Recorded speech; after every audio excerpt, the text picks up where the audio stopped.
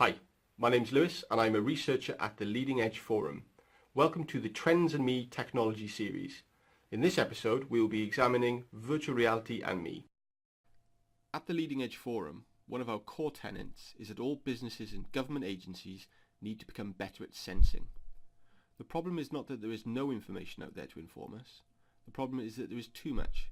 It is not all trustable or easily digestible and doesn't always help us draw out the so what for our context. To help address this issue, we will be putting out frequent, short, structured episodes of the series Technology Trends and Me, addressing areas like virtual, augmented and mixed reality, automation, Internet of Things, robotics and machine learning. Episode 1, Virtual Reality and Me. What it is and isn't. Virtual reality, VR, describes a technology set that immerses a human being in a completely generated environment. It blocks out all aspects of the real world. It is possible to think of virtual reality as just another form of input-output, or another IT peripheral. But we at LEF believe that it is more accurate and more powerful to think of VR more as a layer of the connected world. Just as the World Wide Web created a rich layer on top of the internet, virtual reality creates a completely immersive, connected, generated world. The science fiction author Neal Stephenson coined the term metaverse for this world. At present, we also use the terms augmented reality, AR, and mixed reality, MR. Using VR, we only experience the generated world and are isolated from the physical world. For an example, an immersive work simulation or a virtual war game might be conducted using VR. AR is an environment where we are able to use generated information to enhance our physical world experience.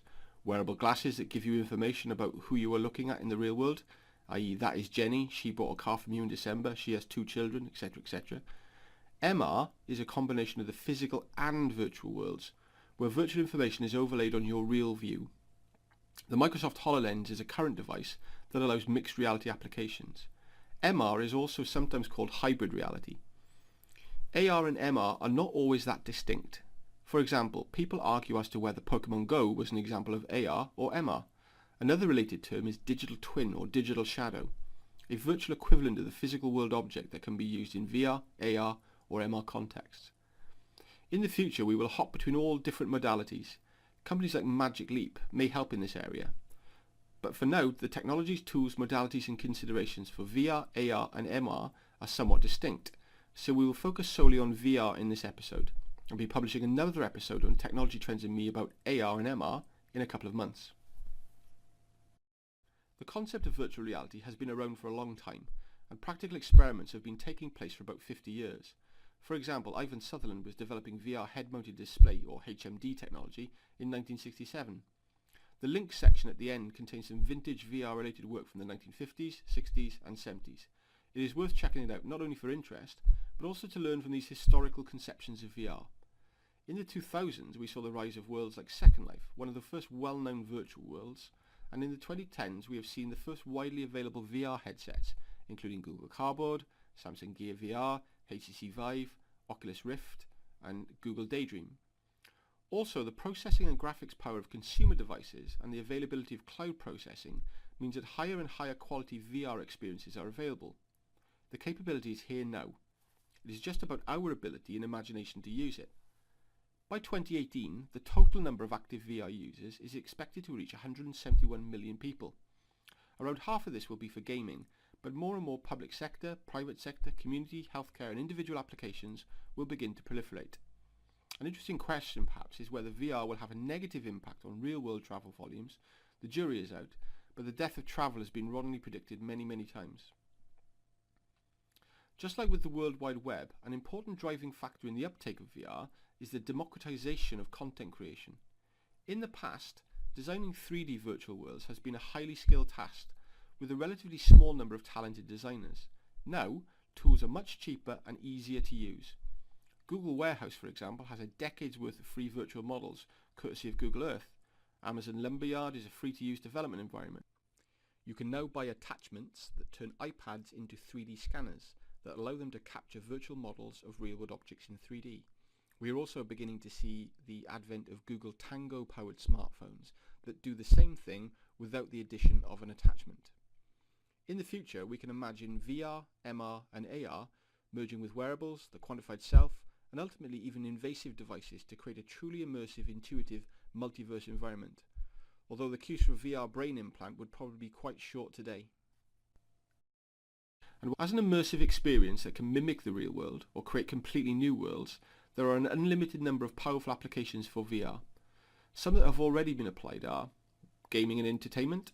This is perhaps the easiest to imagine, since we are typically taking 2D virtual experiences and making them 3D. Nevertheless, the market is huge, and while many of the current VR games are pretty similar to 2D, we will soon be seeing completely different types of game experiences that exploit VR fully. Similarly, with the evolution of what is now TV and movies, we can imagine very different entertainment modalities in the future. Training, education and work simulation. These are particularly exciting if your work is, for example, flying a fighter jet, but is also very powerful for more common jobs, like working in a factory or in an operating theatre or maintaining a power plant. The concept of digital twins mentioned earlier is helpful here, allowing exact copies of real-world machinery to exist in virtual worlds, sometimes with real-time status updates from sensors. More generally, VR is a powerful modality for use in education sectors. Healthcare and enhancing life. For example, Sonia Kim, a physician in the San Francisco Bay Area, has been taking virtual reality headsets to seniors as part of their medical treatment. Her therapy program, Aloha VR, lets seniors use the headsets to bring a variety into their days, relax and provide a chance to get away to a virtual tropical locale. She tells of a particular male patient with dementia who remained unresponsive to traditional therapies until he had tried the VR environment. This is a part of an increasing trend of using technology to enhance the lives of senior citizens.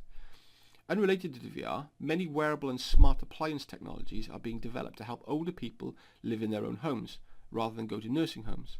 There are also many exciting stories of alleviating pain and stimulating memory. The therapeutic applications of VR are significant. Visualizing complex issues. We can imagine eyeballing and manipulating complex non-visual problems using VR could be a powerful analytical tool. For example, the domains of big data, the Internet of Things, genetic engineering and blockchain distributed ledgers all seem exciting candidates. Depending on the context, the measurable value of VR will be different. We can imagine shorter training times for workers, increased safety, less health and safety incidents, healthier, happier patients, and more fun entertainment. In terms of numbers, revenue from VR products and services is expected to reach circa US $5 billion by 2018, but is likely to continue on a steep upward trajectory. Although there may be some risks related to using VR, such as very negative experiences if the VR environment is hacked, by far the biggest risk is not understanding or experimenting with VR. Many people simply cannot envisage what VR really is like and what uses it might be put to until they try it. It may sound like a trivial extension of gaming until then. The challenge then is building the digital skills that we need to investigate and exploit the world of VR. At the time of writing, there is an amusing video doing the rounds, showing a high-level professional snooker player stumbling as he plays with VR snooker. This is a good visual metaphor for where we are at. We are stumbling into the world of VR without the experience, practical physical skills and creative skills to exploit VR. At the time of writing, there is a steady stream of products and services coming online in the VR, AR and MR worlds, including the headsets from Samsung, the Gear VR, the Oculus Rift, which Facebook acquired for around $2 billion, Google's Cardboard and Daydream products, the HTC Vive and OS VR headsets, as well as the Microsoft HoloLens. There are also more specialist environments such as the wireless multi-participant full motion offering from VR Studios. There are also startups that are developing exciting new approaches such as Magic Leap, a very well funded company that projects a digital light field into the user's eye. However, there are many technical challenges for Magic Leap to overcome to release a consumer product. There are also plenty of tools and services that allow you to develop VR applications and services, such as Unity, Amazon Lumberyard, Google Warehouse and the Unreal Engine. And there are of course a plethora of games, simulations and other applications that you can try that already use VR. The main takeaway from the tools section is that the big boys, Sony, Google, Amazon, Facebook and Microsoft, are all participating, that there is a growing ecosystem of devices, tools, services and apps, and that the ecosystem is not yet stable or standards-based.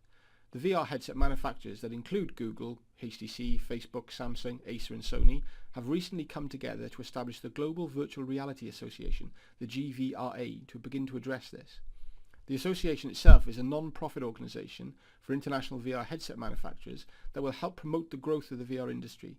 According to these companies, the association will help develop best practices of the industry, as well as share them and foster dialogue between several stakeholders around the world. Notably missing are Microsoft, who are powering ahead with their own Windows 10 VR plans, and Apple, who at this point, whilst buying a myriad of AR and VR companies and holding many patents, have not dipped a toe into the water. Hold your breath for 2017, when it is the 10-year anniversary of the launch of the iPhone. We expect to see a potentially amazing one more thing from Apple. Although the devices and experiences will continue to get better, they are basically ready. We are now waiting on companies and consumers. The bottleneck is not the headset, it's the mindset. VR is so fundamentally different that we can't imagine the possibilities until we try it. We must get as many people as possible to experiment with it as soon as we can, and not just the technophiles or senior executives. As well as direct experience, we should gather as many relevant case studies from other industries as possible as well. Ironically, we can also learn by looking backwards. Follow some of the links below to previous imaginings and experiments with VR. Whilst it is definitely time to experiment, and maybe time for some specific uses of VR, it probably isn't the time to bet too heavily on any one of the vendors or technology silos, unless there is a specific compelling reason to do so.